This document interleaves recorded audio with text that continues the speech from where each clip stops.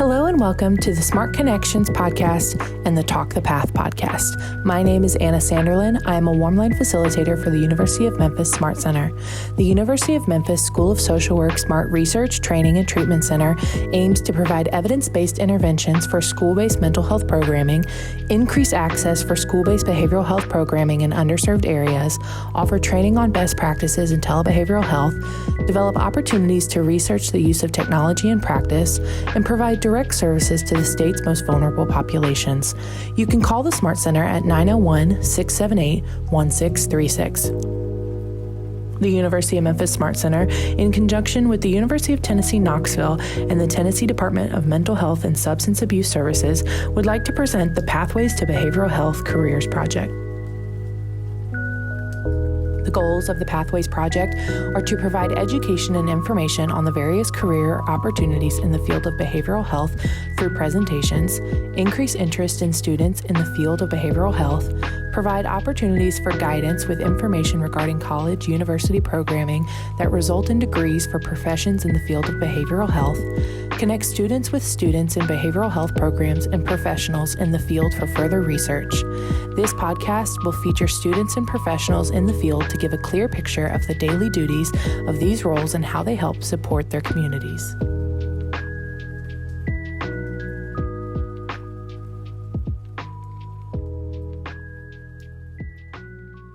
My name is Justin Singleton. I am a social worker. I love it to death. And so any way I can support, I can. I think that's why anybody love me, have me doing panels and stuff like that, because I love this field. And and I don't know, I just love it. So currently right now, I work for the Association of Infant Mental Health in Tennessee. Currently right now, I serve as the Director of Quality and Communications. I started here just July of last year, for a matter of fact. And what I do there is that I make sure I do all the dirty work behind the scenes when it comes to making sure that the agency has what it needs, to making sure whether our communications go out well, doing data analysis and making sure we have all the data that we need when we fill out reports to our funders, and looking and finding more ways to show the impact of the work that we do by gathering what's already been happening right now and making sure that it provides the full story of what Aim High Tennessee is doing on a daily to monthly to yearly basis. And so I really love that part of the work, because it really focuses on one of the most important things as a social worker to do. We need to show our impact as well, and showing that the work that we're doing is very important. And so I've been here just for a few months, but a lot of my work has been centrally focusing on making sure that we tell the story of our work. Mhm. To hear you mention data analysis makes my heart leap a bit because so many people shy away from that. But I hear you saying it's a central part of what you do, utilizing the data to inform others about what your job is and how social work has a collective impact. Mm. What do you think we can do to have others utilize data more regularly with the work that they do in the across the fields of social work? I think the most important thing is to let people know that it is your friend. And I think a lot of people get shy because um, they think numbers and like, oh my gosh, gotta have the right numbers to say everything, or have Mhm. to have the right verbiage if you're looking at qualitative data. Like, Yeah. what do I say? What do I do? Mhm. And the most important thing, like one thing that's always led me to love like how we use data in social work, is that it helps us understand what we can do and what we need to do as well. Even when I Mm. worked then on the front lines, when I was a school social worker, I always looked at everything about the student. We look at certain patterns, we look at the attendance rate. I mean, looking at everything that you can to help provide a story. So therefore, when you get to meet the person, or you want to share more information about the work that you do, you have a story to tell them. And Mhm. I use the word storytelling a lot because that's what we're trying to do. We want to Mhm. make sure that we have a full understanding of like, okay, because just imagine, you continue when you work with somebody, even on if you're providing um, therapy or any form of for micro social work. A lot of people get tired of telling their story over and over and over and over again. And like, they say, well, I told my last person this and I don't feel like rehashing or retelling the story again or rehashing trauma. So Mhm. like what can we do on our end when we have all this information about a person, about a program? What can we do to help, allow that provide context on the work that we can do next? Because I mean, it's Mhm. there. Why not Mhm. use it? So just looking at what's available and using Mhm. that as a component to help you carry on to the next level is very important. But we just have to tell people that it's going to help you more than anything else. And I think that will help keep people, like, oh my gosh, I see data and just want to run Yeah. away.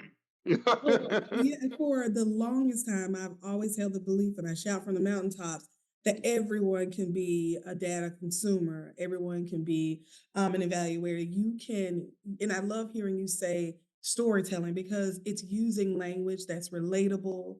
It's, taking away some of the worry, the stigma, and, Hmm. it makes it, where people can really grasp the different ways you can use it to, again, know exactly where you are and where you should be or where you're trying to get to be. So I really like hearing you use those types of terms because we do want to have more and more people incorporated in their decision making, in their processes, and things like that.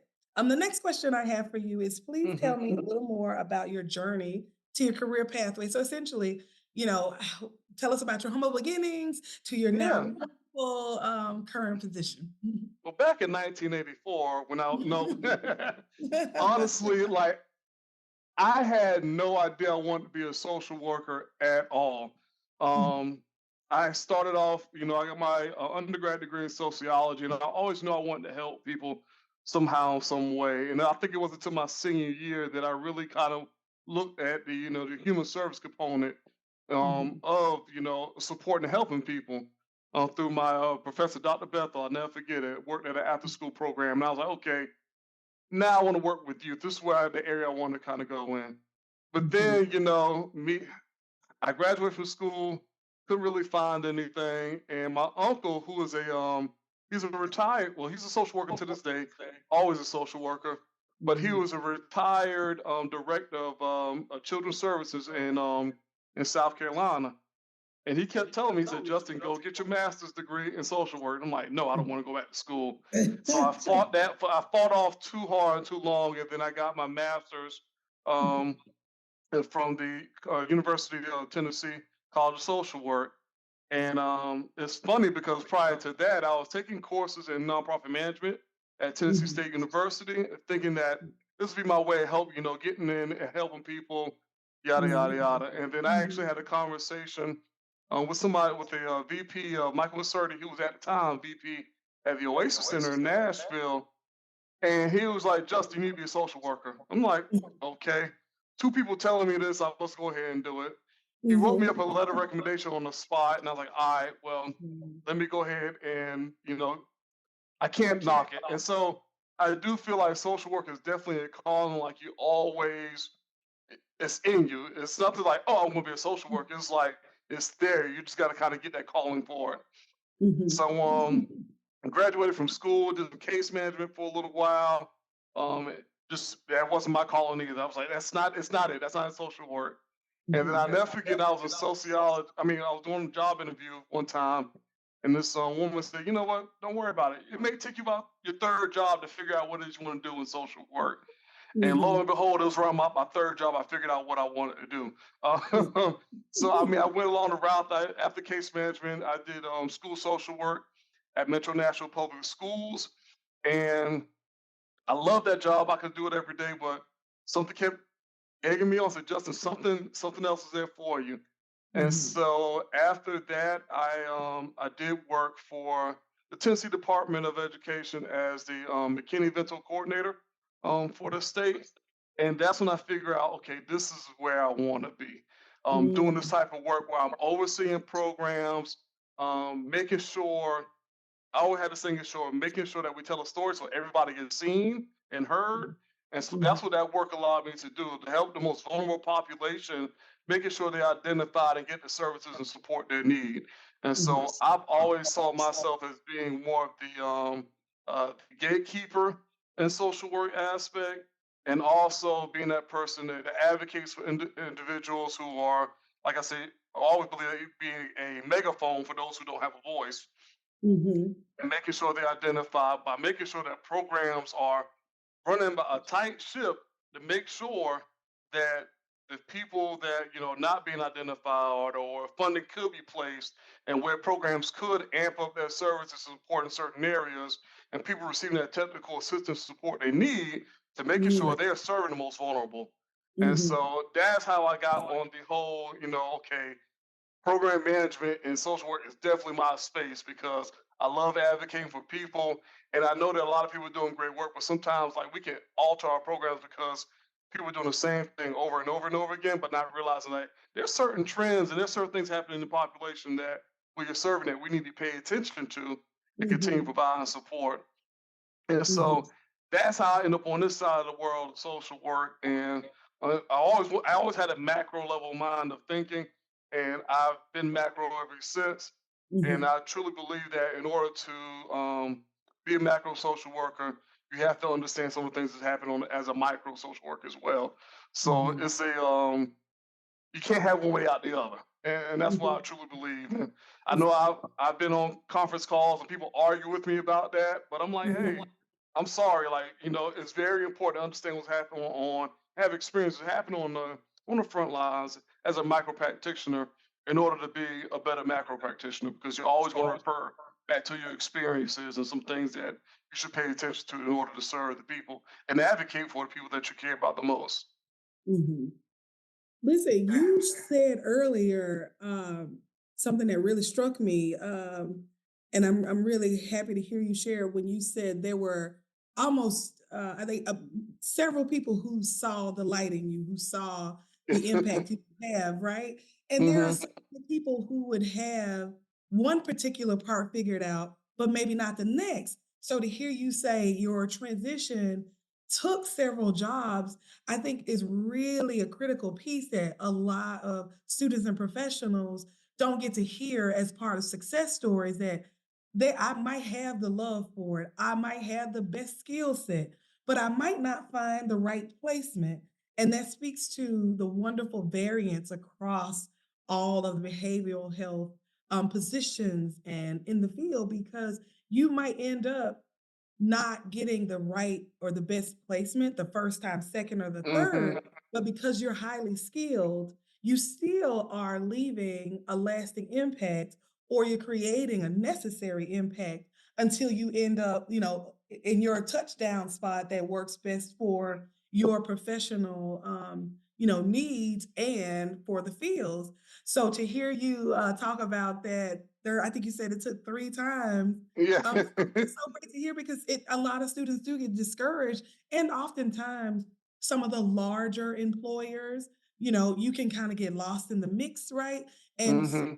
toil there for a little bit longer than they wanted to, and they lose a little bit of the exuberance about the field. So it's so great to hear you talk about that. Sometimes you will have placements that just aren't the best fit, not necessarily because of you or because of the entity, is just not where your best work can be done. So love to hear that. And then also you sound like a truth teller, which is no, it's not seen as often as we need because you're right. There are many, many amazing programs and projects and workers, but we all have to do those check-ins. Like, are we running the tight ship that we need to be, or are we helping the ones that we need to in the way that we need to?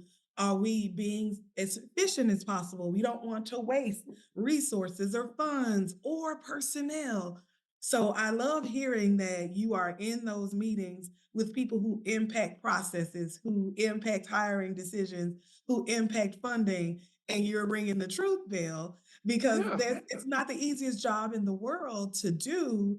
But you're doing that backed by data and science and experience because you understand the necessity of it. So that gives me courage that other people will hear that and say, I too either want to be that way or I am that way, and maybe shunned, some of those behaviors because it's really hard for people to accept feedback sometimes, Mm-hmm. especially when it's something that they're really passionate about. So it's awesome to hear that it works out. You can get to the right place where you're Yeah. empowered enough to say these things and to the right people who can make a difference. So I just that made me so excited to hear. Yeah, yeah. I will say this is like, social work field, it takes time. You have to be patient because Mhm. you're going to start off in a place where you're just like, man, okay, I got to get this job because I have to do X, Y, and Z. Like, I got to get Mhm. bills paid. Whatever the case may be, you Right. have to get a job. And then, like, I truly do believe that, the more that we put out enough information about the field of social work, the more people will be prepared. Mhm. Because a lot of times, people say, I want to go help people and be a social worker, but they don't realize, okay, like you do have to go get certain licensures, you have to get certain credentials in order to meet, your goals, honestly. You can't Mhm. come and say, well, I'm going to do this. And like, oh, man, I didn't know how to do this. I Mhm. don't need this type of, licensure in order to, or LMSW or LCSW, or I didn't know I need additional training in this area. And I Mhm. do think that is very important as we talk about, the field of social work and make sure that we reduce the turnover rates and making sure that people are getting into this field knowing what's happening. Because yes, you can go out there and you want to save the world, but how do you save the world? So you have. It's not like everybody gives you a step-by-step playbook or a handbook. There are some agencies and organizations out there very supportive that will, making sure that people have mentors in that space of that will support. Like, okay, this is what I need to do next, or like this is Mhm. what your career path will look like. But I do think that we have to be upfront, and the more we're upfront, the more people are like, okay, I understand this is what I have to do. This is what is required to be a social worker, and Mhm. I'm going to, follow this path and go on through. And so, Mhm. follow it. One more thing is that when it comes to the program, one thing I always tell people whenever even when I had on job interviews or just having conversations with people, just in general meetings, I'm like, Mhm. and because I'm a youth advocate, I do a lot of work that support youth. I'm like, how is this going to benefit the child? If we can't Mhm. answer that question, or like, how is it going to benefit the people that we're supporting? If we can't answer that question with our daily practices and our policies and procedures, then what are we doing it for? Mhm. Mhm. So I do want to add, like, that's something that made me think about, like, when Right. we do about all this thing for building programs, so like, who is our target market and are we doing Right. it for them? And if not, then we need to reevaluate how we are operating and serving serving our target market. Absolutely, because we can have a million brilliant ideas, right? Yeah. We can have all these complex ways of looking at things, but as you said, when you strip it down, are we helping those who are at the highest need, the most vulnerable, with our Hmm. wonderful ideas? So it's Yeah. a great guiding question to have across all of the discussions, all of the meetings to ground us to make sure, and also as an accountability measure, are we helping those that need to be helped? Are we helping children? Are we helping those that are impoverished? Are we helping the high? Hmm. So I really love to hear that. And then earlier, you were saying, almost a forewarning and making sure we're doing as much as possible to enhance the knowledge and awareness of what it takes to get licensure, of what it takes to get to those positions, and what the field really looks like for those who are practitioners. I think that's hugely important. And I think, to see more work around that, like the Pathways Project, will Hmm. go a long way into meeting that need because there are so many individuals who are just figuring it out on their own. They're first gen students, they're non-traditional students. Hmm.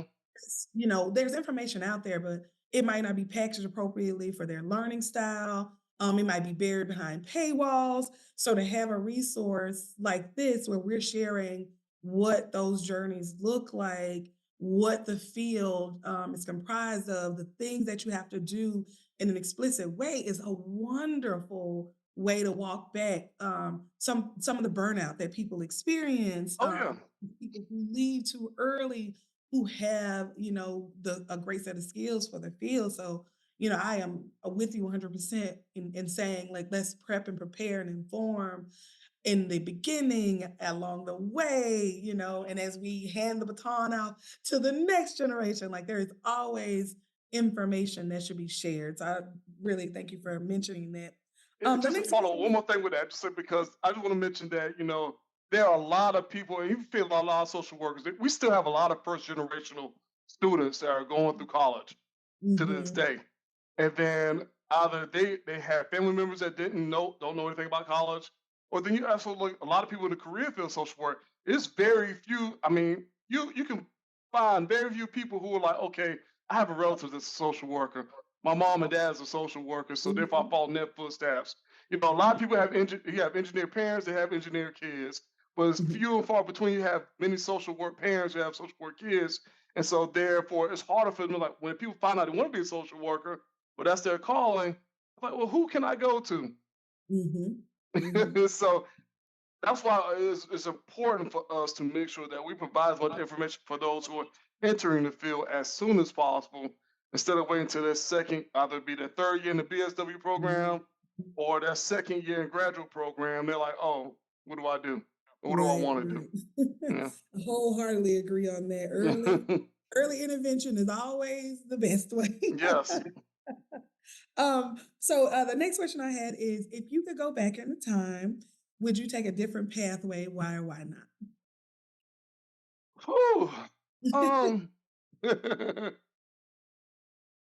I don't know if I would. I know it's so taboo to say, oh, well, of course I would never change because I don't know where I would be today. If anything, I probably would have, I would have seen, I probably tightened a little bit more on my career path a little bit more. Mhm, Um, but then I don't know, it's like being taboo again. It's like I probably never would have known this is what I wanted to do without mhm, having it. But yeah, I wouldn't have changed it for the world because I met a lot of people, a lot of great people along the way, and along the way I made a lot of great relationships. And so therefore, whenever I see someone or think about somebody, it's like you know what, I could connect. I know I got somebody over that I know, and so the mhm, whole networking aspect always. I met a lot of great people along the way that I can say, if it had not been for them, I'd probably not in the position I am today.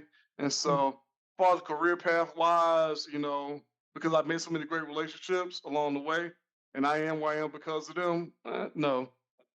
Now, if I could do a short amount of time frame, yeah. But Yeah, if I should have started school just a little bit earlier, yeah, you yeah. know, I mean, I think I was about 20 through 23, 23, 24 when I started school or whatnot. So if I just went right after school, then I'm probably like, okay, get out of the way. But Mhm. no, I mean that's the only thing I would probably change would probably be the time of my education. But everything else in between, nah. Yeah, yeah.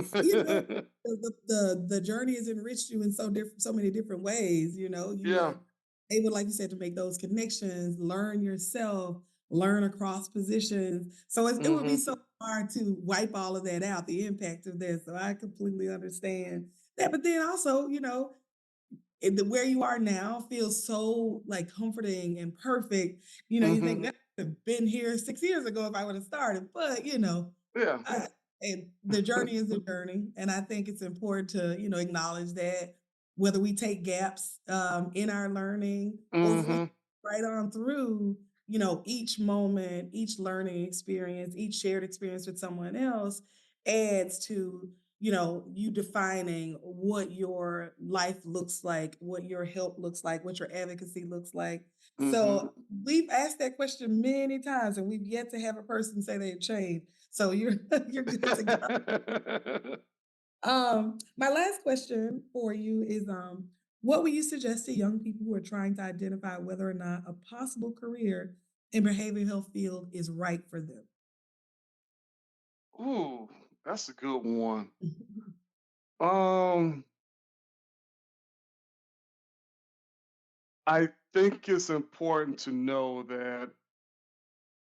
Oh, I can go so many ways with this. I think it's just important to know that if you're thinking about doing it, just know that it's an investment.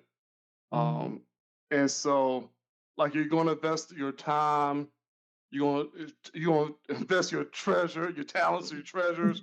Like, you're going to invest so much into this field that you also need to make sure that you don't, burn yourself all the way out. But mm, just know that this field is an investment. Like, you have to invest in educating not only just yourself, educating certain theories, and invest in educate, become educated, investing in so much that it's only going to make you better, mm, social along the way. Because I think sometimes we can kind of get we can get our little silos at times, in this field of social work.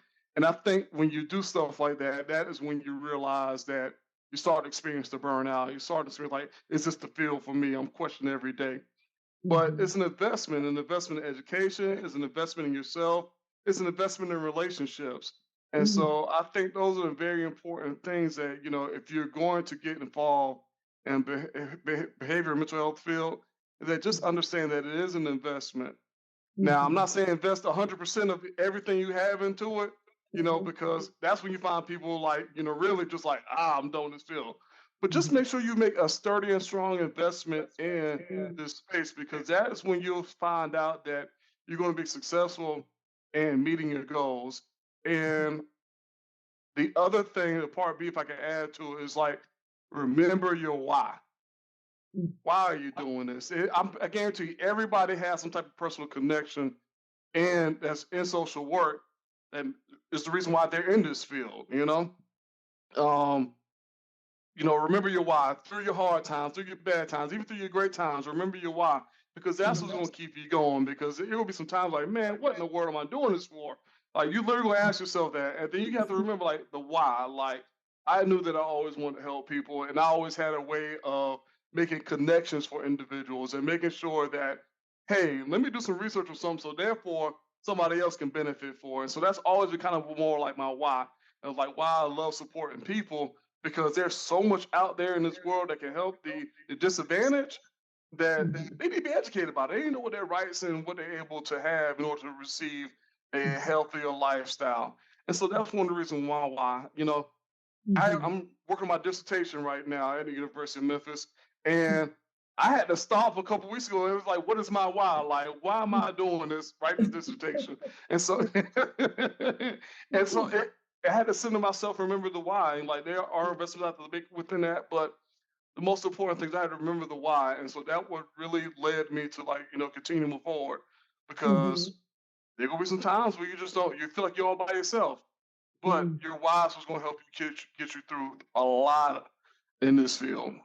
Right, right. Oh, I agree so much. I tend to fall into the murkiness of it too. So to hear you say remembering your why, being very frank about the commitment level Mhm. is something that I think we all have to remember to keep at the forefront because it does require a good deal of commitment.